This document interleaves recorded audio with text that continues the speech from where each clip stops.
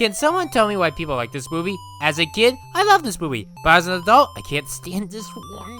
This is an interesting animation because this just might be the first thing that I ever hated in animation history. I first saw this when I was 2 years old, only 1 year after me watching my first ever animation of all time being Snow White. And while Snow White I still love to this day, this movie I can't stand. I'm not gonna go too far in depth with this one because I do plan on giving a future Ryan animation review on this one. Yeah, most of the movies on this list I won't review again or even bother watching, but this is a special case. This movie was a lot of firsts for me. Like, this was the first ever product I saw Tara Strong in. I do love Tara Strong's works, and I even met her at BronyCon in 2016. While it was nice that I met her, this movie does not do her justice. The first thing that I have ever seen her in is not good, mostly because of the fucking crying!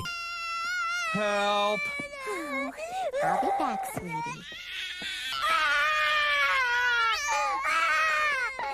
Quiet! Yeah, it's weird whenever I first see a voice actress's role, not at the beginning of a series, but during the middle of a series. The same thing happened with Kelly Sheridan. The first product I've ever seen her in was Starlight Glimmer in Season 5 of My Little Pony Friendship is Magic. Speaking of which, while Starlight I still love, Dill I cannot stand. Even in his introduction to the series, he's not good, mostly due to the voice. And from my memory of the TV series, he doesn't improve that much. Speaking of the voice acting, I want to show you something from Tara Strong and how good she can really be.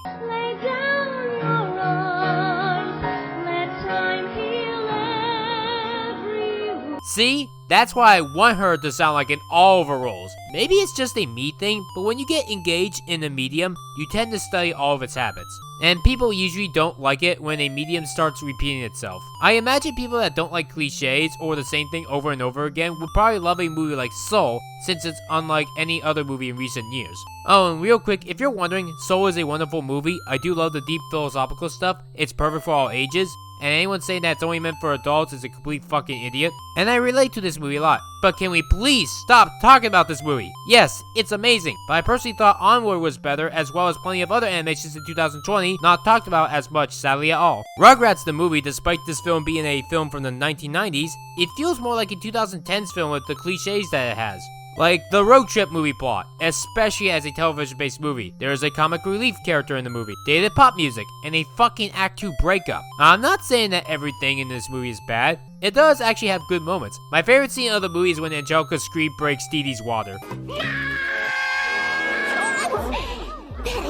It's time! That joke is just genius as an adult. Rex Pester is voiced by Tim Curry, and he is the best character in the movie for his funny jokes and humor. How does it feel knowing your brother lost your only daughter? Share your pain. My story, pal. I'm Rex Pester. Stay tuned. But unfortunately, there is way more shit than good stuff. Let's see what I can name for now. Oh, here's a good one. 95% of the humans either dated, cliche, or outright awful. Hey, did you know that Grandpa Lou is the reason why 2,390 people died at Pearl Harbor? The man slept through Pearl Harbor, for heaven's sakes. I sounded the alarm as soon as I could. That's just despicable. Well, at least I know where South Park got their awful inspiration from when Randy caused COVID-19. You could just be sick again because you're a fat fucking alcoholic, and I am not going to jail for you.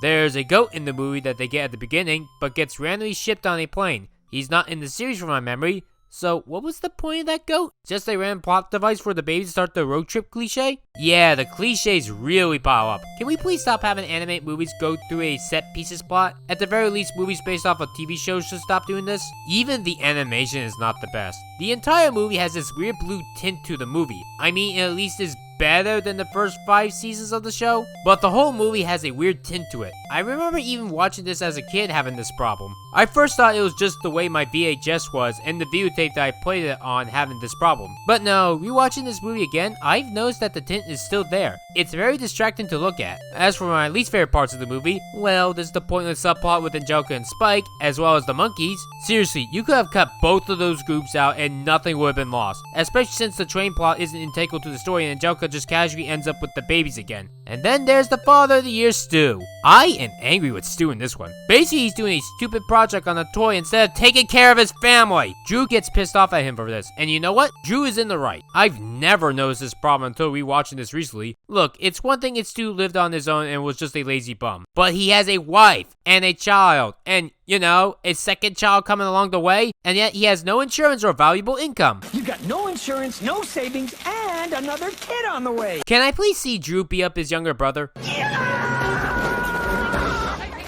breaking my arm because I can't reach your neck. Yeah, thank you. And then there's the gimmick of the movie that I don't like. See, in the TV series, the main idea is, what are my babies doing when I'm not looking? It usually works because while the babies do get into some interesting shit, they usually by the end of the 11-minute episode go back to their family. Everything is back to normal, like nothing ever happened. In the Rugrats movie, the parents literally get involved with the police. I don't question child services because most of the time everything ends up fine, except for that episode where the two kidnappers kidnapped Tommy for thinking that Tommy was the son of Donald Trump. No, I'm not even joking. Quick, the ransom note.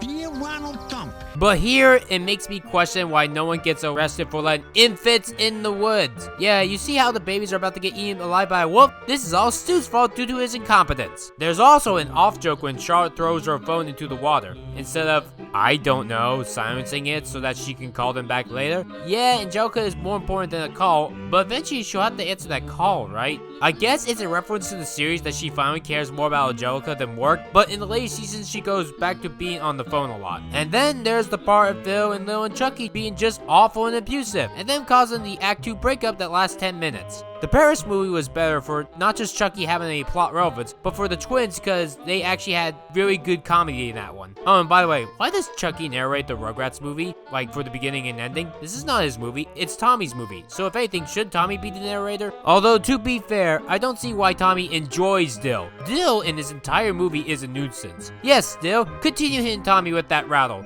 And you're self-aware of doing it with that evil smile of yours. You're basically like Dee Dee from Dexter's Laboratory. Most people usually say that because Dill can't talk, it breaks the rules of the show. I don't fully agree with that, because Dill is just a newborn. I can let it slide that you wouldn't know how to talk yet, and it'd be a fine concept for the movie. But then I rewatched this movie, and this movie broke my suspension of disbelief, because there is literally a song on Baby Dill's age singing. This world is something new to me. And it also has the babies creating a rainbow out of their piss. And the camera catches all of this, but no one ever notices because I don't know. Dill should be able to talk according to this movie. I already talked about this song in my top 25 worst songs in animation list, so go to that if you want more details. Though Angelica's song is shit. Yes, it's a real song, but Angelica just cannot sing. Neither can the babies with their pirate song. Excuse me, but I think that this is a better Viacom pirate song. Do what you want, 'cause a pirate is free. You are a pirate. I just noticed that I did 3 movies in a row, all owned by Paramount. Shit. Oh, and then there's, this. What the hell even was that? I get that you can't show an actual mother giving birth to her child in animation. That's fair, but what kind of substitute was that? Dill pickles. Haha, I get it! It's a pun on the real life fucking pickles that we eat! Dill pickles! Oh, I almost forgot. For the first 10 minutes of this movie, there's this running gag of everyone thinking that the new baby's gonna be a girl. Because Dr. Lipshit told him so. Because when your name has lip and shit in it, that means we must totally trust you. Nowadays, this is stupid. But back in 1998, when this first came out, was this an actual debate? You know, kind of like The Simpsons with the Who Shot Mr. Burns episode? Was this a thing where people were speculating the baby's gender? Was this the first ever gender reveal party that didn't cause any wildfires in California? I mean, if animation review channels like Roundtable existed in the 90s, I guess they would have made a video on that? Who knows? Maybe they could make a video on the upcoming Rugrats reboot. In the future, I'm gonna make a Ryan animation review comparing this movie with the 2000s Rugrats in Paris movie. Because while this movie I find one of the worst movies of all time, the Paris movie is actually one of my favorite movies of all time. I want to talk about this movie more with all the problems I still have, but I still gotta review 2 more movies with this list, and I don't want to spend half an hour on a single movie.